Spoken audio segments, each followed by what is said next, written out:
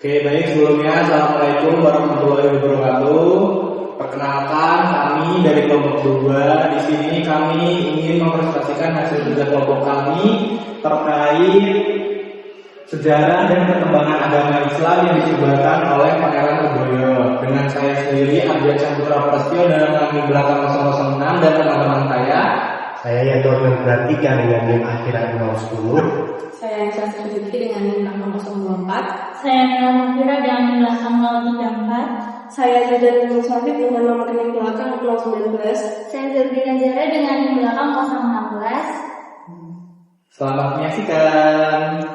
Oke, yang pertama ada detail makam Sunan atau Pangeran Leboyo. Itu beralamat di Jalan Terboyo, Kelurahan Tanah Kecamatan Gerungsari, Kota Semarang. Yang dimana gambar pertama merupakan pulang menuju makam Pangeran Leboyo. Yang kedua itu ada makam Pangeran Leboyo berserta istrinya, dan yang ketiga merupakan dokumentasi kami dengan juru kunci. Selanjutnya ada biografi Pangeran Leboyo. Pangeran Leboyo atau sering disebut juga Kanjeng Adipati Suro Hadimulyo V merupakan tokoh penyebar Islam di Semarang pada awal abad ke-19 dan menjabat sebagai Bupati Semarang yang ke-23 pada tahun 1857 sampai 1821. Beliau berasal dari keluarga religius, putra Kiai Surodirjo dan cucu Kiai Busta, sehingga sejak kecil dibentuk dengan pendidikan agama dan kedisiplinan keraton. Perannya dikenal besar dalam memperkuat dakwah dan kehidupan Islam di wilayah Terboyo dan sekitarnya. Oke, selanjutnya ada silsilah. Di sini Pangeran Leboyo atau biasa kita kenal dengan Sunan Leboyo memiliki 10 keturunan atau 10 anak. Yang pertama ada R.A. Notowiryo atau Suminah dari Pekalongan. Selanjutnya ada R.M. Haji Moksujak dari Semarang.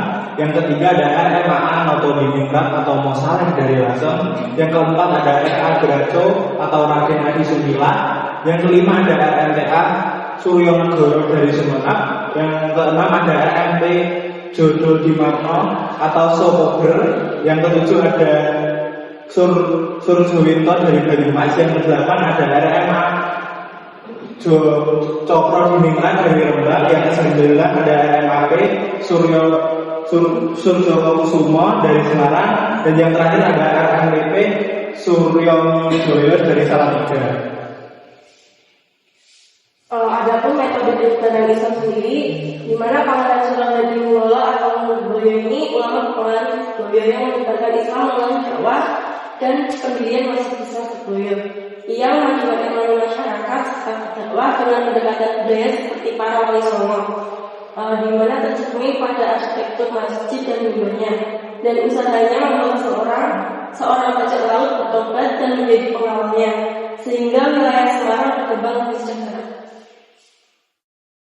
Nah, selanjutnya ada peninggalan warisan seperti yang tadi dijelaskan.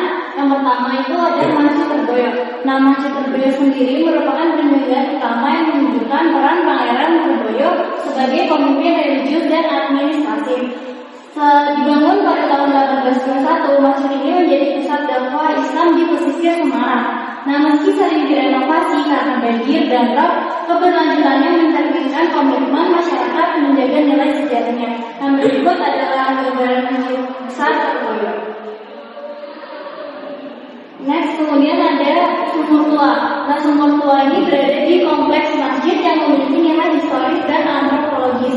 Keyakinan masyarakat tentang khasiat air ini menunjukkan perpaduan antara kepercayaan lokal dan praktek Islam. Nah, sumur ini itu dipandang bukan sekadar fasilitas fisik, melainkan simbol spiritual yang diwariskan lintas generasi.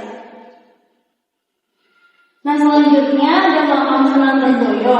Kompleks dari makam Pangeran Leboyo ditambah Jogoyang Sari menjadi lokasi ziarah yang penting. Peziarah umumnya datang pada malam Jumat serta bulan Rajab dan Sya'ban untuk berdoa dan bertafakur.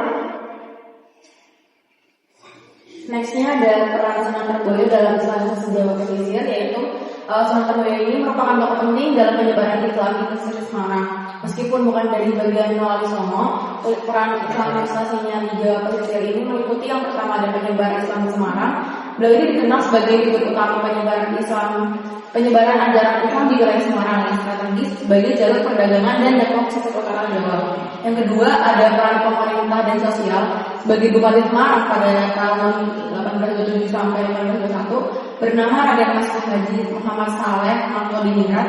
Ia memanfaatkan kedudukan politik untuk memperkuat nilai-nilai Islam dan dalam tata sosial dan pemerintahan lokal.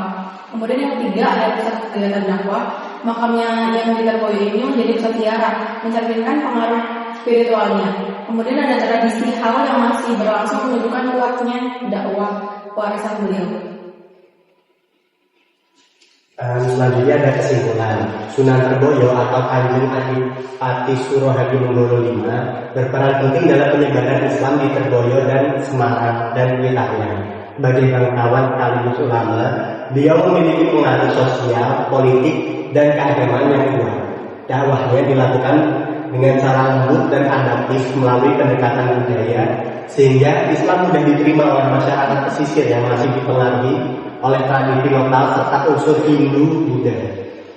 Nah, perkembangan Islam di Semarang ini sangat dipengaruhi oleh usahanya dalam perkembangan masyarakat yang religius serta sejahtera.